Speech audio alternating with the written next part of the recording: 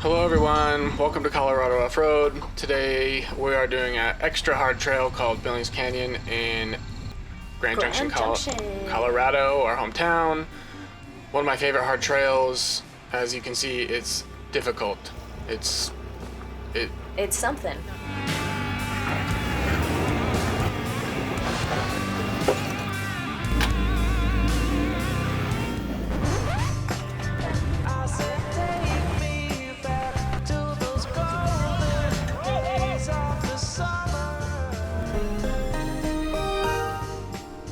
Like and subscribe. Alright everyone, we're at Billings. The trail is only about a mile long, maybe a mile and a half. It's really short. It doesn't feel that short when you're driving it. You start at the Third Flats trailhead in Grand Junction. You drive pretty much like down to the end of the trail, down to the bottom of the canyon, and then just drive back up. You get beautiful scenic views on the way down from the parking lot to the actual trailhead. Mount Garfield and the Book Cliffs in Grand Junction. This was recorded in February. It's freezing. That's why we have those attire on. We have jackets and hats and scarves because it is freezing. Yeah, you see snow. 30 degrees. Yeah, it's really cold. As you can see, this is a pretty serious trail. We all have, I believe that's what that said. Pretty equipped Jeeps. Yeah, it used to be a 9, but now it's an 8 because some bypasses have been created over time. I believe this used to be a wash or a river. I don't know. There's not enough water out here to really have this many rivers. Anything. Yeah. But it's tough. There is a lot of obstacles and. Oh, the whole thing's an obstacle. Yeah, that's what I was gonna say. Non-stop. You can't even call it an obstacle. It's like. The first 100 feet is kind of meh, and then there's some signage where it gets serious right here. The gatekeeper. If you haven't seen our other Billings video of the buggies that we just posted a week ago, watch that one because you'll see how much different this trail looks with our tiny tires going over compared to all the big buggies. They take much harder lines. Obviously we are all taking easier lines. We're in street rigs. Yeah, you guys have to drive home after this.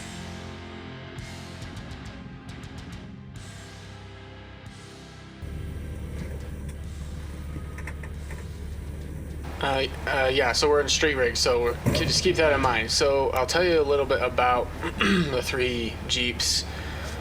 We'll start right here. Hunter's LJ, he pretty much has everything done that you would want done to an LJ. Dana 44 front axle, 60 rear.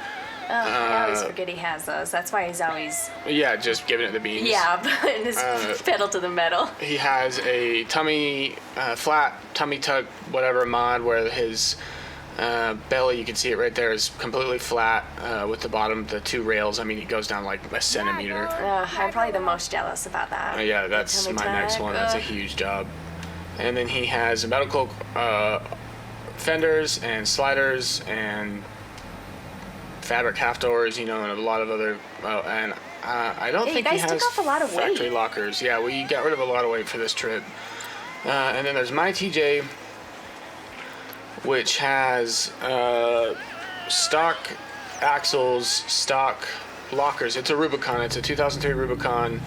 But then, and I forgot to say, Hunter obviously has like a lift and shocks and springs and all that stuff. But mine, I have metal cloak 3.5 inch lift, metal cloak lower control arms, and some random uppers, and we all have, Hunter and I both have the Curry HD steering, and I have chromoly axle shafts. I'm not sure if he has chromoly inside of his axles. I know they're upgraded, they're aftermarket, so they might be.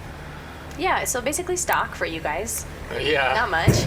Well, and then I have 488 gears in the diffs, and I think Hunter has 513, but he has a 3-to-1 transfer case, and I have a 4-to-1 because mine's a Rubicon. His didn't start as a Rubicon, even though it's practically past one now.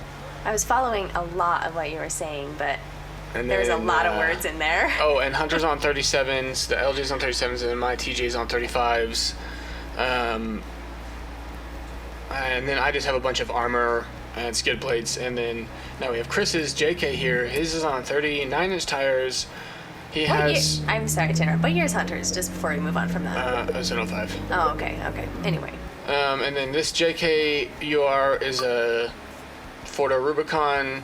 He has 39 or 38 inch tires now. He used to have 40s, but I think it's just because he got a good deal. But this is actually what he wanted to run. He has those awesome Metal Cloak 6-pack shocks. I'm not sure what lift springs he has. Rock Crawler probably. I have a huge list of his builds somewhere, and both of them have YouTube channels. I'll put them up on the screen, and you can, if you're really interested, you can see more there. And he just put new sliders on, right? Kind of like boat side kind of. Yeah, they're not on sliders? in this. He has new sliders on, which you'll see in future videos. And also his axles are also upgraded. They're both Dana 44s, but they are the Terraflex ones, so they're totally upgraded. Besides that, I think he has. I think his lockers are all aftermarket. I think pretty much everything has been touched on the bottom of that rig. It's so far from stock. Basically stock. Yeah. So as you can see, we've been hitting obstacle after obstacle. This trail's very fun. There are not bypasses. This is the easy line on this. Yeah, you're not obstacle. supposed to bypass. No. Every year they have to put up more barricades. Yeah, and more people fences. Keep going off the trail, but If you go on this trail and you hit an obstacle, you can't go on, turn around and go home, because this is not. There are trails where you can go around and have an easy time, and this is hardcore the whole time. The Grand Mesa Jeep Club make sure they keep it that way. They work hard to keep it that way. yeah, they do a good job of maintaining this trail. That's for sure. You see in that last shot, Hunter really, he puts his big axles to use when he just gives it the beans. Yeah, it's the best because when you give it the beans, No, it's scary. my road axles anxiety and my vehicle but anxiety is scared. 35-inch tires are not. They're not enough to damage the axles on this. If I had 37s, yeah, they would be bent. Well, 35s it is.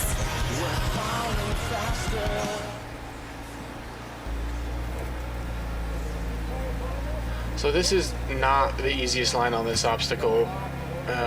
Chris's rig is large, so obviously he's trying harder lines. The easier line is on the left. Pretty much one Jeep length to his left here. If you watch our Billings buggy video, pause right now, go watch that whole entire video, and like and subscribe, and then come back and watch this. You'll see even big buggies are struggling right here. I mean, like full tube this is a chassis tough buggies. line. Yeah, it is extremely tough. We end up having to pull him back. You'll see in just a second. But that's what's hard about this trail is that there's so many big, awkward, random rocks. Mm-hmm. Stop. Yeah, as you can see, this is our second attempt. It's not working. He's just getting more stuck. That rock is now in between two skid plates. Yeah, a bit turtle here. I come in from his rear and tug him off. And Excuse me? my TJ probably weighs half of what his rig does, so it's difficult. No, you do a really good job. Especially in this mode. He's like pulling you forward. The first time I saw this footage, I forgot whether you were pulling. Well, and I didn't or really he was know. pulling you. I didn't really know what he wanted me to do. We weren't really communicating. You guys not communicating on the trail? It doesn't sound familiar.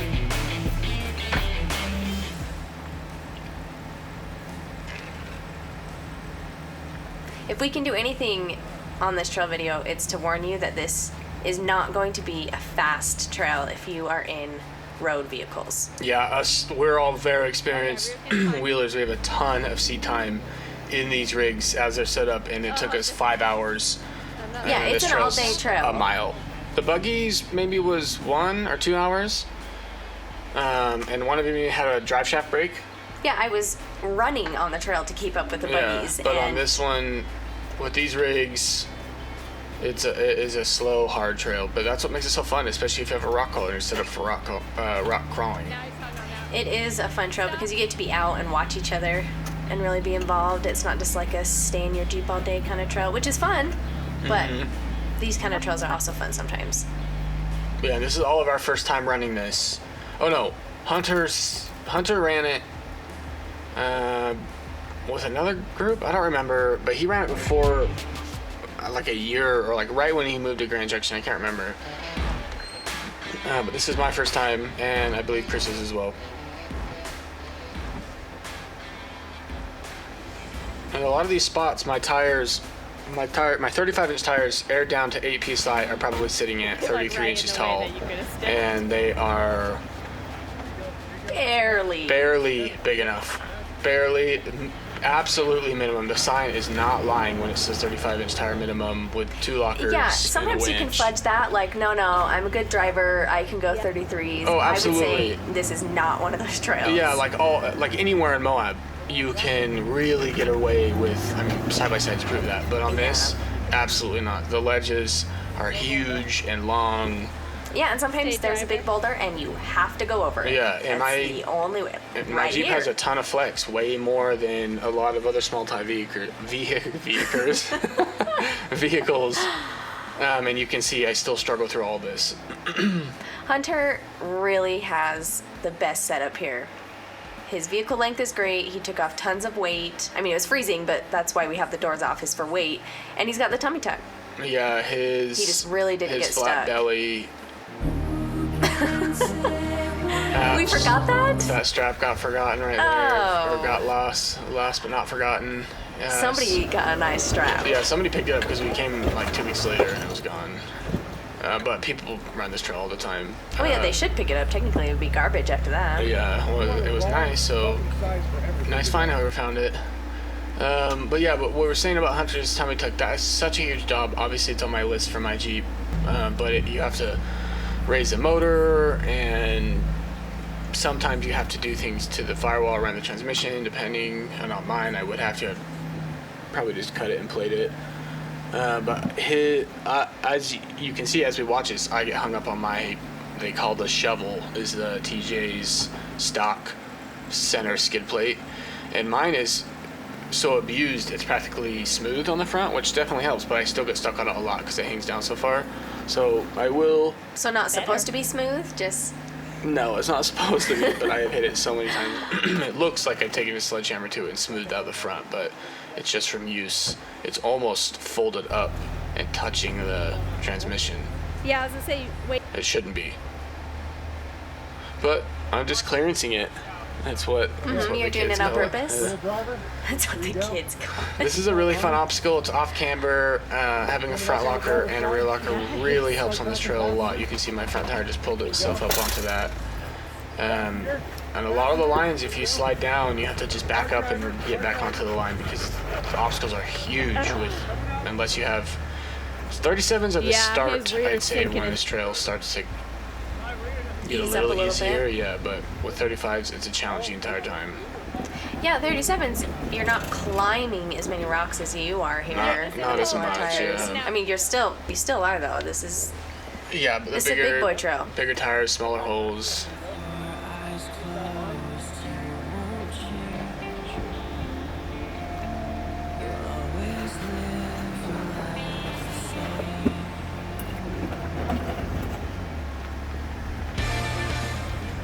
Oh, and another reason why this trail takes us so long is the buggies can move so much faster in between the big obstacles. Like they'll go over this obstacle right here. They just fly up this. They even took a harder line to his left right now.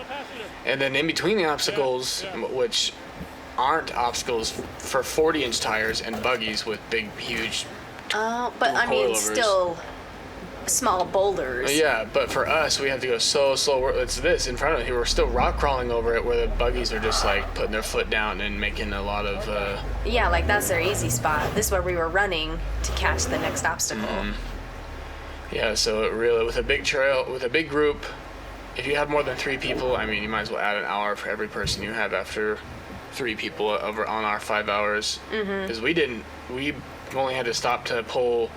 For Chris to pull himself out 3 times or something, or I can't remember, but no one broke, we didn't stop to eat lunch. No, it wasn't a. Yeah, we were not dilly-dallying. Yeah, we were moving the whole time. So. Do you really wanna know what I've been through? Gotta take you back to when I was Yeah, look at snow on the ground. On the right. This is February 20 something, end of February. Yeah, I mean, it was gone when we were there 2 weeks later. I don't remember seeing it when we went with the buggies. And I wasn't even wearing a sweater when we went with the No, it buggies. was And hot. here I'm It was wearing nice, a big yeah. coat. It was so cold. You can see it's windy. See my little ear flaps are.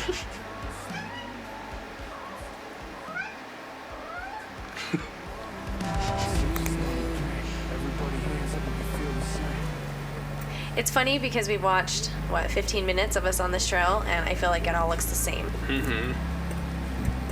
It doesn't feel that way. It's fun when you're going through it, but I mean, watching it now, it's hard to differentiate different parts of the trail because it's all just rocky.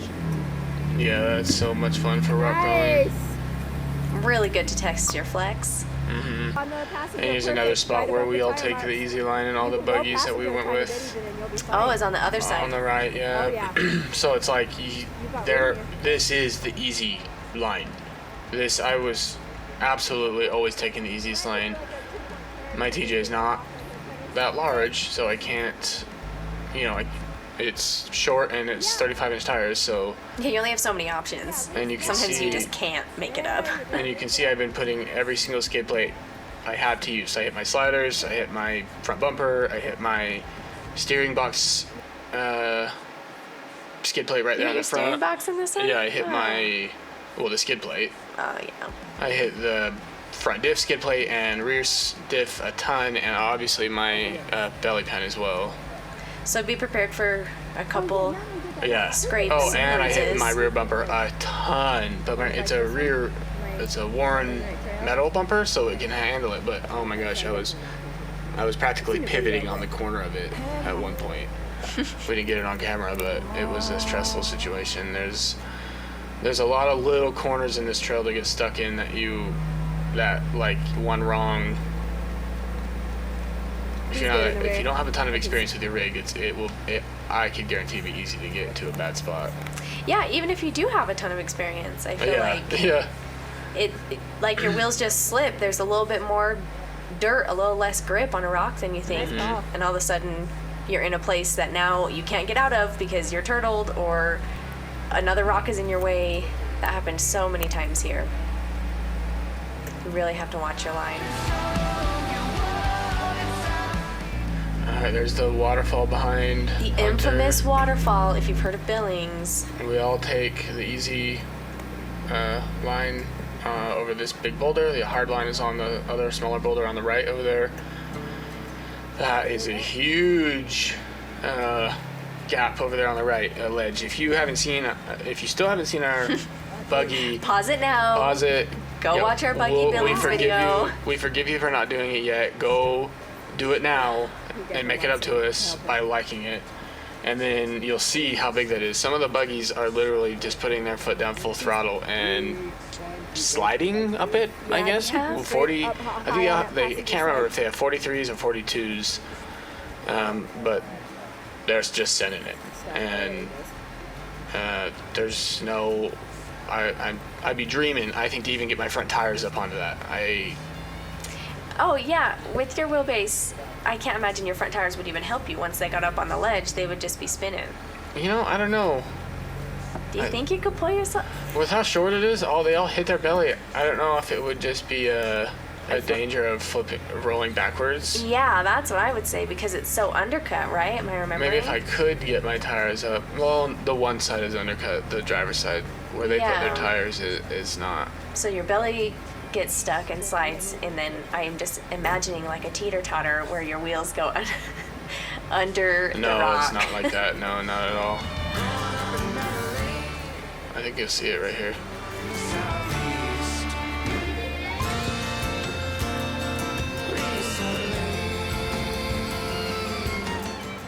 And these, I mean, the waterfall is big, but all those obstacles that we just hit there, I mean, that was like...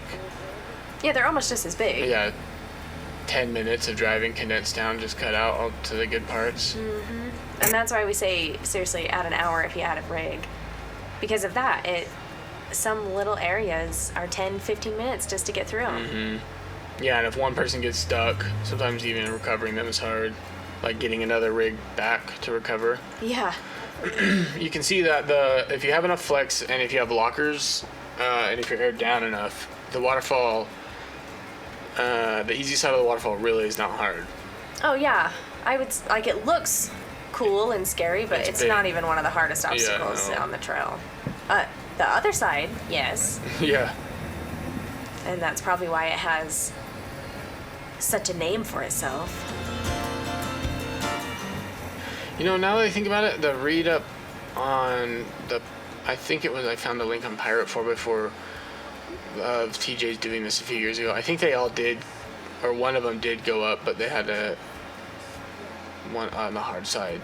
I can't remember. If you had a strap on your front, you might. There's one you could try. ride up. Wow, we made it 20 minutes together. What a journey. We did it, guys. Remember to like and subscribe for 10 years. Good luck. Watch our other videos. Our next video if you haven't watched the Buggy Billings video go by watch now. it. It's way good. Our next video coming out is 21 Road. Another better 21 Road, a more recent one. Oh, and then Cruise Moab, the Toyota one. Oh yeah, we've got some fun stuff coming That's up. a good one. See you later. Thanks for watching. Colorado from